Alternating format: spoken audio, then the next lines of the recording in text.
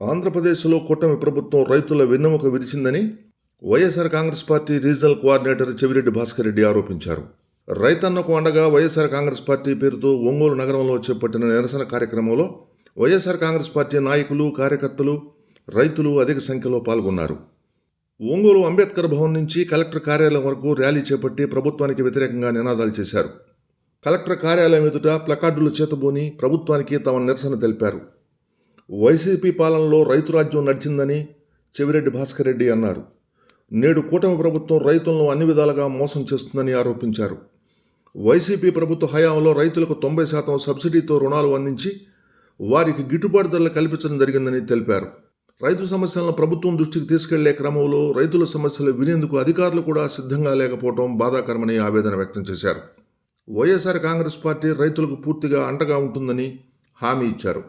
ఈ కార్యక్రమంలో వైఎస్ఆర్ కాంగ్రెస్ పార్టీ జిల్లా అధ్యక్షుడు, దర్శి శాసనసభ్యులు doctor Buchepalli Sivaprasad Reddy, ZP chairperson Buchepalli Venkayamma, Yerragondapalem శాసనసభ్యులు తాటిపత్తి చంద్రశేఖర్, మాజీ మంత్రి ఆదిమూలపు సురేష్, మాజీ శాసనసభ్యులు జంకె వెంకటరెడ్డి, కె నాగార్జున రెడ్డి, కస్కుర్తి యాదన్న, రాష్ట్ర ప్రధాన కార్యదర్శి జూపూడు ప్రభాకర్, లిడ్ క్యాప్ మాజీ చైర్మన్ కాకుమాన్ రాజశేఖర్, మాదిగ కార్పొరేషన్ మాజీ చైర్మన్ కనకారావు మాదిగ, ఒంగోలు నియోజకవర్గ ఇన్ఛార్జ్ చుండూరు రవిబాబు, నగర పార్టీ అధ్యక్షుడు కటారి శంకర్, వైశ్య కార్పొరేషన్ మాజీ chairman Kuppam Prasad, PDC bank మాజీ చైర్మన్ ప్రసాద్ రెడ్డి, కొత్తపట్నం ఎంపీపీ లంకపోతు అంజిరెడ్డి, కొత్తపట్నం మండలం వైఎస్ఆర్ కాంగ్రెస్ పార్టీ అధ్యక్షుడు ఆళ్ల రవీందర్ రెడ్డితో పాటు జిల్లాలోని పలు ప్రాంతాల నుంచి తరలివచ్చిన పార్టీ నాయకులు, కార్యకర్తలు, రైతు సోదరులు పాల్గొన్నారు.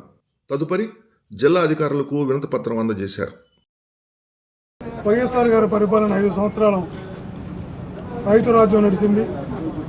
తర్వాత జగనన్న పరిపాలనలో 5 సంవత్సరాలు రైతు రాజుగా ఈ రాష్ట్రాన్ని పరిపాలించారు. 10 సంవత్సరాలు ఈ రాష్ట్రంలో రైతు పాలన నడిస్తే ఇప్పుడు వచ్చినటువంటి పాలకులు ఆ రోజు రైతే వెన్నుముక ఈ రాష్ట్రానికి అనుకుని జగనన్న వైఎస్ఆర్ గారు పరిపాలిస్తే ఆ రైతు వెన్నుముక విరిచి పరిపాలిస్తున్నటువంటి పాలన ఈరోజు కొనసాగుతుంది. నిజంగా కూడా ఆ రోజు విత్తనాలు ఇచ్చిన, ఎరువులు ఇచ్చిన, వ్యవసాయ పనిముట్లు ఇచ్చిన, 90% సబ్సిడీకి ఇచ్చి, రైతు భరోసా లాంటి పథకాలు ఇచ్చి, రైతుకు కావాల్సినటువంటి అన్ని రకాల సదుపాయాలు కల్పించి, రైతు ఎవరి దగ్గరికి వెళ్ళి దేగి అనుకున్న రైతు భరోసా కేంద్రాలు ఏర్పరిచి ప్రతి గ్రామ పంచాయతీలో రైతుకు గిట్టుబాటు ధర కల్పించి, పంటలకు నష్టం వస్తే ఉచిత పంటల బీమా కల్పించి రైతును ఆదుకున్నటువంటి వ్యక్తి జగన్మోహన్ రెడ్డి గారు. ఈరోజు రైతు అదే ఆశించాడు. వీళ్ళు చెప్పిన హామీలు నమ్మారు.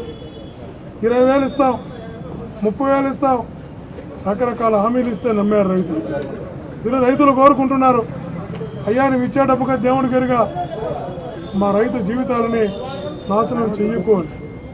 ఈరోజు ఆ రైతులకు న్యాయం చేయాలని ఏ ప్రభుత్వం అయితే ఈరోజు రైతులకు వ్యతిరేకంగా వెళుతుందో ఆ ప్రభుత్వాన్ని రైతులంతా కలిసి ప్రశ్నించి నిలదీసి రైతుకు న్యాయం చేసేలా పోరాటం చేయాలి అని వైఎస్ఆర్ కాంగ్రెస్ పార్టీ కలెక్టర్లకు వినతి పత్రాలు ఇవ్వడానికి ఈరోజు సంకల్పించింది. అందులో భాగంగా ప్రకాశం జిల్లా నుంచి అందరూ ప్రజాప్రతినిధులు రైతులతో కలిసి పెద్ద ఎత్తున వేలాదిగా రైతులతో కలిసి కలెక్టర్ గారికి వినతి పత్రం ఇద్దామని వస్తే రైతులు వినతి పత్రం తీసుకోవడానికి కూడా కలెక్టర్ గారు సిద్ధంగా లేరు. జాయింట్ కలెక్టర్ గారు అంతకన్నా సిద్ధంగా లేరు. ఎందుకంటే ఇది రైతు వ్యతిరేక ప్రభుత్వం కనుక, రైతులంటే ఈ ప్రభుత్వానికి నచ్చదు కనుక అధికారులను కూడా లేకుండా పోయేటటువంటి పరిస్థితి వచ్చింది. ఒక్కసారి ఆలోచించండి, రైతులకి సమస్యలు ఉన్నాయి, ఈ సమస్యల మీద చర్చించండి, ఈ రైతులకి ఈ రకంగా న్యాయం చేయండి అని అడగడానికి వచ్చాం. మేము ఎక్కడ ధర్నా చేయడానికి రాలేదు, నిరసన చెప్పడానికి రాలేదు, ఎక్కడ కూడా మేము ఆందోళన చేయడానికి రాలేదు. కేవలం వచ్చింది రైతులకు ఉన్నటువంటి సమస్యలు ప్రభుత్వం దృష్టి కంటే కలెక్టర్ గారి దృష్టికి తేవడం. కలెక్టర్ గారి దృష్టికి తేవడం అంటే రైతులకు న్యాయం జరగాలని కోరుకోవడం. ఒక రైతులకు న్యాయం జరగాలని కోరుకొని ఒక వినతి పత్రం ఇద్దామని వస్తే శాసనసభ్యులు, మాజీ మంత్రులు, సాక్షాత్తు జడ్పీ చైర్మన్, ఈ జిల్లా ప్రథమ పౌరురాలు అమ్మ ఇక్కడే ఉంది, ఈ జిల్లాకి ప్రథమ పౌరురాలు ఆమె వచ్చింది.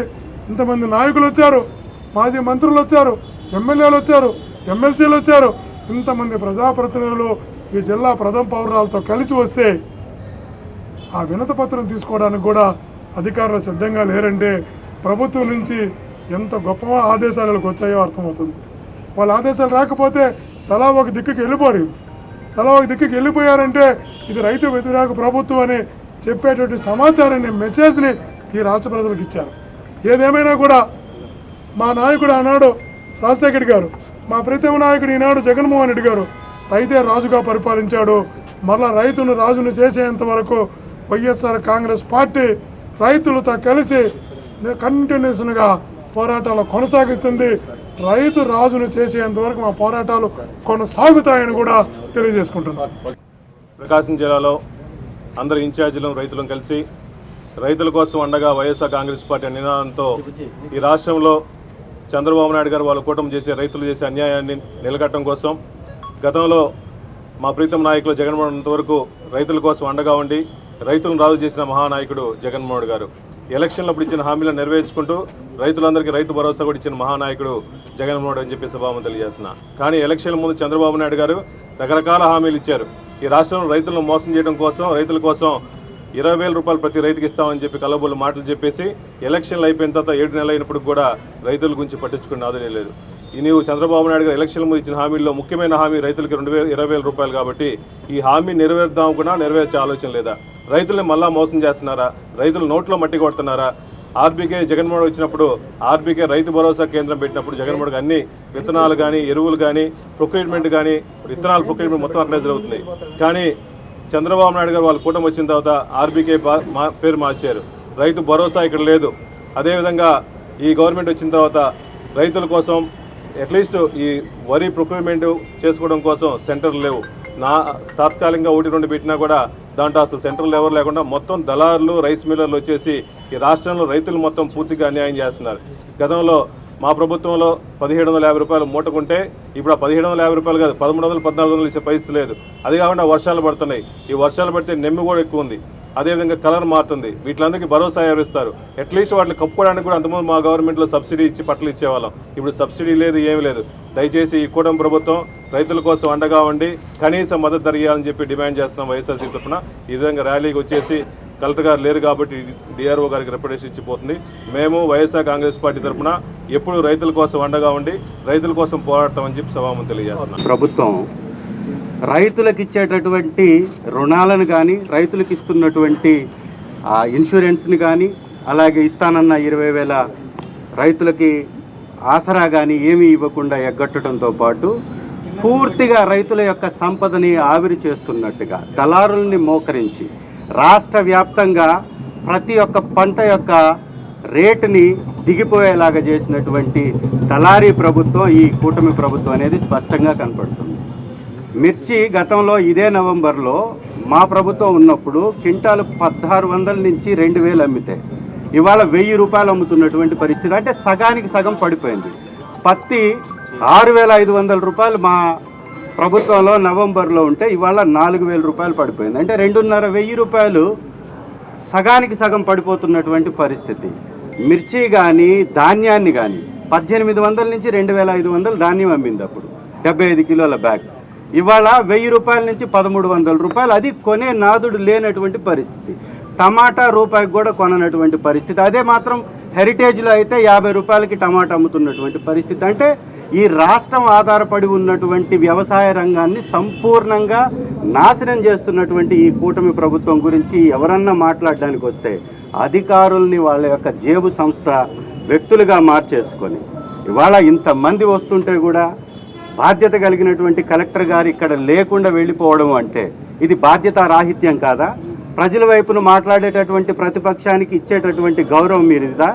ఈ రకమైనటువంటి పరిపాలన కూటమి ప్రభుత్వం ఎందుకు చేస్తుంది అంటే వారి దగ్గర ఉన్నటువంటి దళారుల్ని ప్రోత్సహించడానికి. ఇదే ఒక రకమైనటువంటి పందాన్ని కానీ వీరు అవలంబిస్తే రోడ్ల మీద ధర్నాలకు కూడా వెనకడుగు వేయమని మీ ద్వారా కూడా కూటమి ప్రభుత్వానికి తెలియజేస్తుంది. ఈ ఉద్యమం ప్రారంభం ఏదైతే ఉందో ఇది వైఎస్ఆర్ కాంగ్రెస్ పార్టీ ప్రజల్లోకి రావడం కోసం మొట్టమొదటిగా ఎంచుకున్నటువంటి ఒక ఉద్యమం.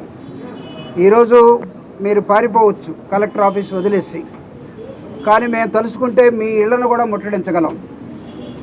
రైతులు ముఖ్యం కాదని మీరు భావిస్తే, ప్రతిపక్షం చెప్పే మాటలు మీకు అవసరం లేదని మీరు భావిస్తే న్యూట్రల్గా ఉండాల్సినటువంటి ఆఫీసర్స్, బ్యూరోక్రాట్స్ మీరు పాలక వర్గానికి వంగినట్టుగా కనబడుతుంది.